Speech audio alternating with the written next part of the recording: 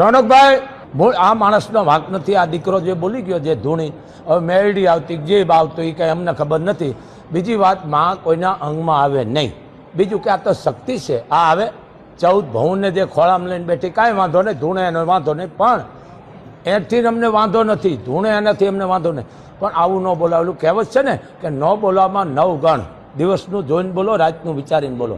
એમ મારી પાસે સાચા ભૂવા આવે છે, સાચા ભૂવા આવે છે, સાચા સંતો હું સન્માન કરું છું. 18 વર્ષના ભૂવા આવે છે મારી પાસે, પણ એટલું જ કહે છે કે બાપુ અમારી પાસે ઘણા આવે છે, ચોખ્ખું કંઈક ભાઈ પહેલાં દવાખાને વહી જાઓ અને માતાજી તારું કામ કરી દે તો બેન દીકરીને રાજી કરજે, કોઈને વસ્ત્ર આપજે, કોઈ દીકરીને ફીના પૈસા આપજે.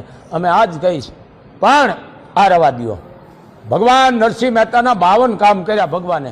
મારા તમારા ક્યાં કર્યા? હાલો મને બતાવો એક દાખલો. હા, આપણે કર્યા છે કોકના ભોહડિયા વાળવાના, કોકને વેમ નાખવાના. બીજી વસ્તુ એક છે, અહીંયા બેઠા પછી આપશેકો લેવાય, કરેલા મૂકેલા લેવાય, કોઈને આપણે બોલાય નહીં. અને 21મી સદી છે. હવે આમાં રાજકારણીને શું કામ લ્યો છો ભાઈ? ડૉક્ટરને શું કામ લ્યો છો? આ તમને ખબર અહીંયા લેન્ડલાઇન છે, કોક જાય છે એટલે અમને આમ કરી દો.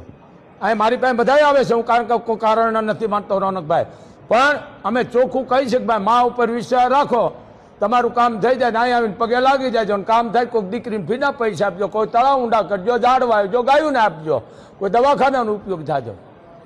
આ રવા દો. આ વિશ્વાસનું છે બધું, અંધશ્રદ્ધા નથી. આમાં સાચા મારી પાસે કેટલાય ભૂવા આવે છે, પણ હું એનું સન્માન કરું. પાણી નથી પીતા મોગલધામનું, પણ આમાં અમારું બધાયનું ખરાબ દેખાય છે.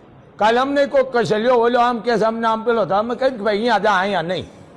પણ આ બધી અંધશ્રદ્ધા છે. દેશ વિદેશના મારી પાસે જેને કાંઈ ડોલરું આવે છે. રોનકભાઈ આ વસ્તુ ખોટે. અને બીજું, આ દીકરી જે બોલી ગઈ છે ને, નામ સારું છે, ભૂલી ગયો છે દીકરીનું. એ દીકરી સાચું બોલી છે, કારણ કે ભણેલ ગણેલ દીકરી છે. આજ કરોડો માણસ જે થાય ને એને જેને કહેવાય એક દીકરીને મોટો હોદ્દો દીધો છે, તો આપણે ગૌરવ લેવાય. એ દીકરી છે, એ જ ભવાની છે આપણા માટે. એ જ લક્ષ્મી, એ જ દીકરી, એ જ ભવાની છે. એમ ઇજ્જત કરો બેન દીકરીની, કોઈ પણ નહીં. દીકરી સાચું કહે છે, દીકરીની વાતમાં હું સહમતી છું ભેળો, કારણ કે જે હું બોલું છું એ દીકરી જ બોલે છે. બરોબર છે ને? આ બોલવું પડે.